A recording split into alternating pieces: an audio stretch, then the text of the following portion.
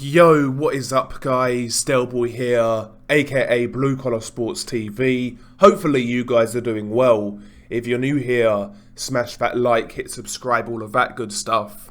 So, Ryan Garcia destroys Javier Fortuna in the 6th round of what was a one-sided fight. Now this fight actually was at 140 pounds. Of course, prior to this, Ryan Garcia was campaigning at lightweight. And yeah, I just wanted to get that out there. I wasn't even aware of that until the fight happened. So yeah, this fight was at 140. And yeah, Ryan Garcia really kind of was in control of this fight from the very first bell. Has to be said, Javier Fortuna going up to 140, his body really didn't look right at the weight. He's always been a more short, stocky guy. And yeah, to me, he didn't look particularly great with the extra weight. And also, he's 33 years old, had a long career. So Javier Fortuna wasn't the guy he once was.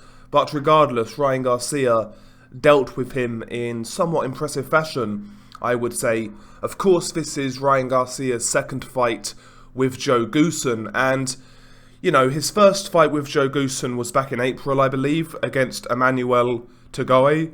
And in that fight, Ryan Garcia won every single round, but Tagoe, you know, made him look a little bit predictable at times. But, you know, in this fight, I felt I saw some improvements from Ryan Garcia, and maybe that is down to his relationship with Joe Goossen. But first round, Ryan Garcia came out. He wasn't jabbing that much. He was throwing the jab here and there, but he was primarily throwing like a straight right hand. It was like an arm punch, a quick arm punch, straight right hand to gauge the distance. He wasn't really throwing his jab all that much, and he was connecting with that right hand. It wasn't really doing any damage, but it was a point-scoring shot and a way for Ryan Garcia to gauge range. And Ryan Garcia was looking to, because Javier Fortuna's a southpaw, so his right hand is further forwards, you know, that's his jab hand. Ryan Garcia was trying to, sneak his left hook, a wide left hook in behind Fortuna's lead hand. And he was catching Fortuna with that shot, but nothing too crazy. Garcia was picking some nice shots in the first round. Fortuna tried to... He tried to lunge a couple of times with his overhand left, and that was the shot that Fortuna was looking for, but he never really caught Ryan Garcia with anything in the first round. It was pretty, you know, it was a pretty routine round for Ryan Garcia. Round 2 was more of the same, quite frankly. Ryan Garcia trying to lead with that right hand. He was starting to mix up his left hook from body to head. And also he was starting to sink that straight right to Javier Fortuna's body. Once again, Fortuna would try to ambush Ryan Garcia with some lunging attacks. But again, what did get through was very clubbing, nothing too clean. Although Fortuna did catch Ryan Garcia with a couple of good jabs in round 2. But, you know, Ryan Garcia was picking his shots nicely. He was showing some good poise in this fight. Sometimes, well, in a lot of Ryan Garcia's previous fights, sometimes he would get overexcited when he was letting go of his combinations, and as a result he would leave himself open. There was much less of that in this fight. He was just keeping his hands in a better position, bringing his hands back after he threw shots, and he wasn't trying any crazy combinations or lunging in quite as much from range, because that's another thing Ryan Garcia was very guilty of in the past with his left hook, was lunging in out of range, but he wasn't doing that as much in this fight. And also, I think it's clear that Ryan Garcia and Joe Goossen have been working on balance, because, again, when Ryan Garcia does throw himself, does lunge in and get overexcited, when he misses shots, he's got the tendency to put himself in a really bad position and even sometimes be off balance. But again, there was much less of that in this fight, even when he was missing shots, because Fortuna was making him miss at times. He wasn't falling off balance quite as much, and he was in a position where he could still punch.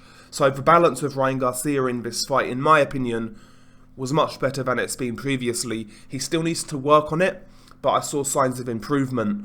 But yeah, round 2, Ryan Garcia round. Round 3 was more of the same. It was really Ryan Garcia taking a look at Fortuna picking some nice single shots here and there. There was the odd two-punch combination, maybe the right hand, left hook, jab, left hook, etc.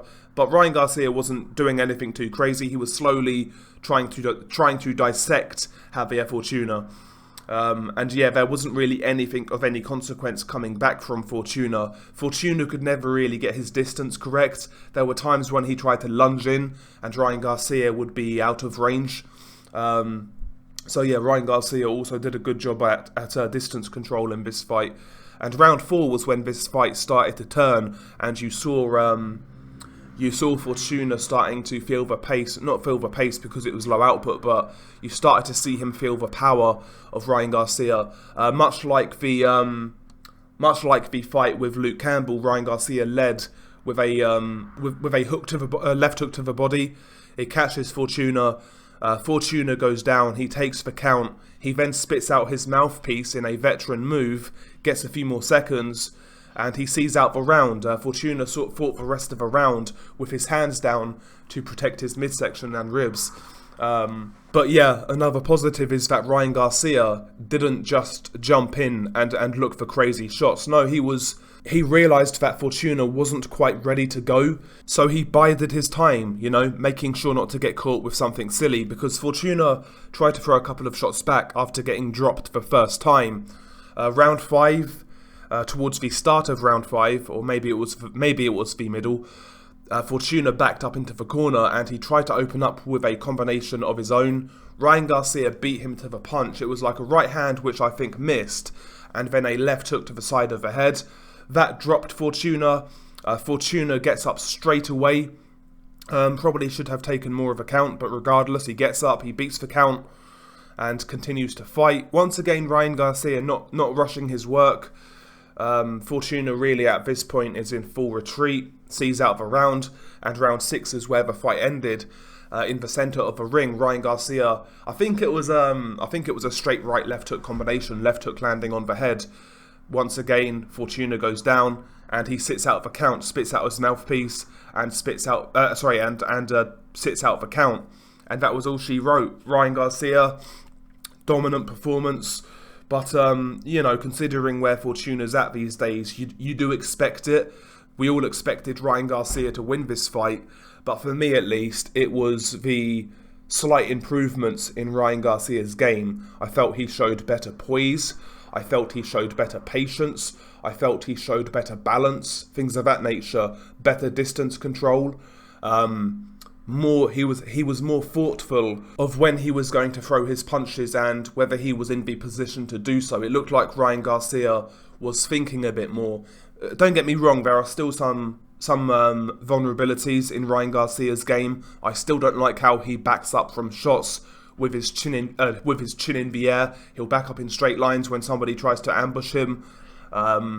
There's still some defensive issues with Ryan Garcia, but I, saw some signs of improvement. Now, just to make a note of the post-fight interview, Ryan Garcia was asked how he felt at 140, and Ryan Garcia said he felt great, and that he's not going to go down to 135 for anybody. So looks like Ryan Garcia at lightweight, that is done, that is over, and it looks like Ryan Garcia now is going to campaign at 140. And he also called out Tank Davis. I would love to see that fight, but I can't see it happening, but I'd love to see that fight. I think 140 could be smart for Ryan Garcia. I'm sure he sees the situation with Josh Taylor. Josh Taylor's already vacated 2 of his belts, so maybe there's some more to be vacated. And who knows, maybe Ryan Garcia can fight for one of those vacant titles. I wouldn't be shocked if that happened. But it's one of those fights, really. Ryan Garcia was a massive favourite. He was supposed to win this fight, and in all honesty, he was supposed to win this fight in good fashion, and that's exactly what he did. But I just felt I saw some improvements in Ryan Garcia. Again, I'm not calling this guy the next coming of Oscar De La Hoya, etc., etc. But I like it when I see improvements, and I felt I did in Ryan Garcia. Maybe this relationship with Joe Goossen could be good for Ryan Garcia. When these two first announced they would be working together, I never really saw Joe Goossen as the right fit for Ryan Garcia. However, I mean, in the corner, it appears that Ryan Garcia's got a lot of respect for Joe Goosen. So we'll see how that works out. But anyway, share your thoughts below. What did you make of Ryan Garcia's performance? Am I going over the top with his improvements? Do you believe I'm crazy? Share your thoughts below. Beanie Guy Del Boy. Peace.